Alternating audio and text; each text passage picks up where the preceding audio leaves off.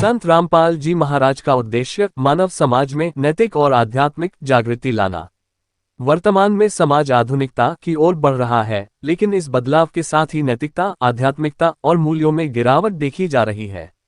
नशा, रिश्वतखोरी, दहेज प्रथा और व्यर्थ के खर्चीले आडंबर जैसी कुरीतियों ने समाज को जकड़ लिया है।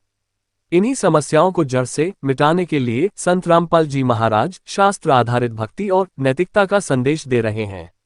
संत जी के श्रद्धालुओं द्वारा देवास जिले की किन्नौर तहसील के गांव खैरी में संत रामपाल जी महाराज के श्रद्धालुओं द्वारा एक दिवसीय कार्यक्रम सत्संग का आयोजन लेड के माध्यम से किया गया।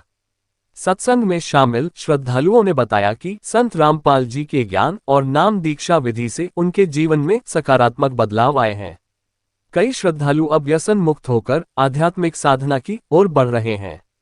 सत्संग का उद्देश्य समाज में नैतिक मूल्यों की पुनर्स्थापना, आपसी प्रेम और शांति फैलाना था। यह आयोजन निश्चित ही समाज सुधार और आत्मिक उन्नति की दिशा में एक महत्वपूर्ण कदम साबित होगा। देवास से संजू सिसोदिया की खास रिपोर्ट।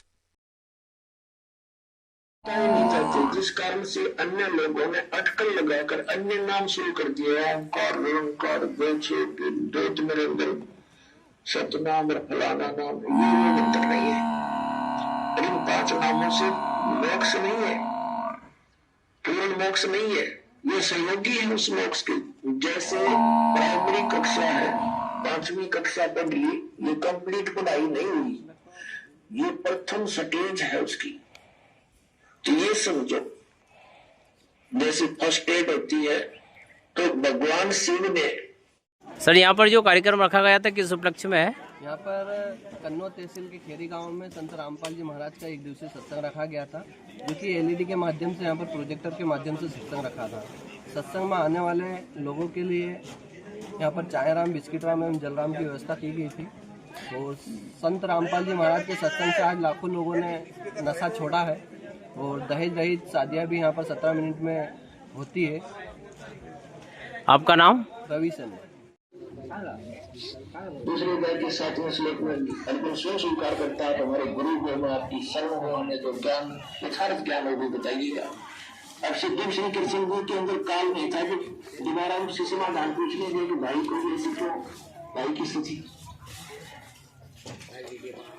क्यों होगी ऐसी।